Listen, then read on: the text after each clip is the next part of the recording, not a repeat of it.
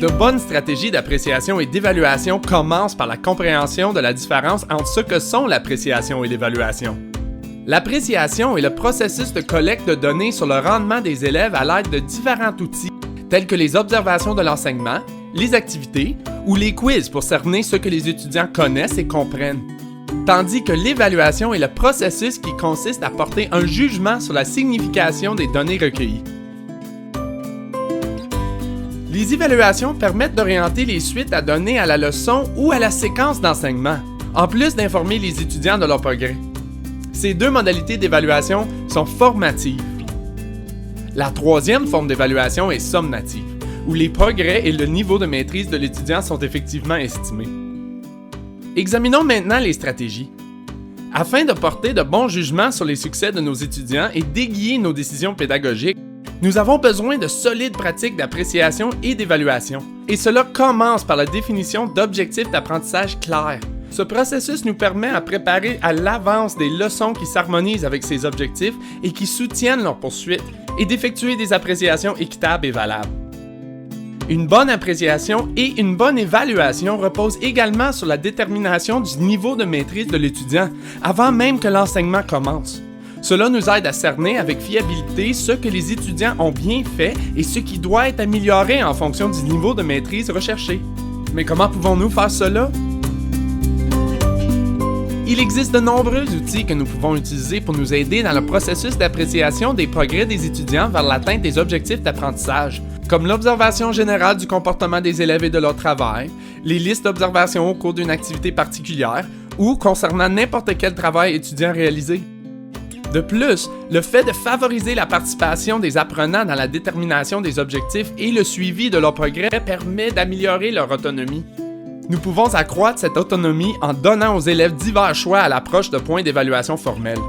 Adapter les tâches ou les outils de notation et accorder une attention réfléchie aux commentaires des étudiants sur leur propre travail sont d'autres façons de soutenir les étudiants. Cela nous permet de déterminer les forces et les faiblesses des étudiants et de mieux planifier pour favoriser la réussite. Toutes ces stratégies, une fois incorporées dans notre routine quotidienne, aident les élèves à progresser sur leur plan pédagogique et les motivent à apprendre, de sorte que quand vient le temps de l'évaluation, les étudiants sont préparés pour démontrer leurs compétences acquises au mieux de leurs capacités. De plus, le fait de participer au processus d'appréciation permet aux élèves de savoir que leurs résultats sont le fruit de leurs efforts. Tous les étudiants en bénéficient, mais surtout ceux qui ont de la difficulté à contrôler leurs propres pensées et ou à concentrer leurs attentions sur les tâches. Les stratégies d'appréciation et d'évaluation aident à fournir à ces étudiants la structure dont ils ont besoin. Mais comment cela se vit-il concrètement dans la classe? La classe de français de 8e année de Madame Jean travaille en petits groupes à la rédaction d'articles de journal.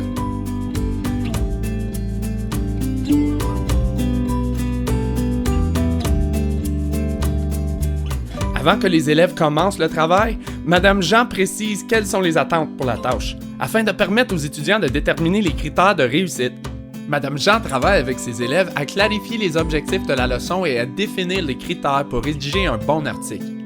Les étudiants contribuent aussi à la détermination de la longueur de l'article, du temps nécessaire pour réaliser la tâche et des éléments stylistiques qui doivent être inclus. Madame Jean utilise cette stratégie de coplanification, car elle trouve que les élèves démontrent une meilleure compréhension des attentes et de la démarche à adopter pour y répondre. Au fur et à mesure que les élèves avancent dans leur travail, Madame Jean encourage l'autonomie en consacrant du temps aux élèves et en leur offrant des suggestions afin qu'ils puissent déterminer où ils en sont et comment progresser. Et elle encourage le recours à l'auto-appréciation afin d'assurer les meilleurs résultats possibles pour les étudiants. Paul et Marie sont des étudiants ayant des plans d'apprentissage linguistique individualisés. Madame Jean adapte les attentes relatives au travail pour ces deux étudiants, réduisant la longueur requise afin qu'ils puissent mieux respecter les délais. Paul et Marie se voient accorder la même tâche que les autres pour réaliser leur travail, mais sont tenus de produire moins. Après que les brouillons ont été recueillis, Madame Jean fournit aux élèves des commentaires personnalisés afin de les aider à planifier en vue de leur amélioration.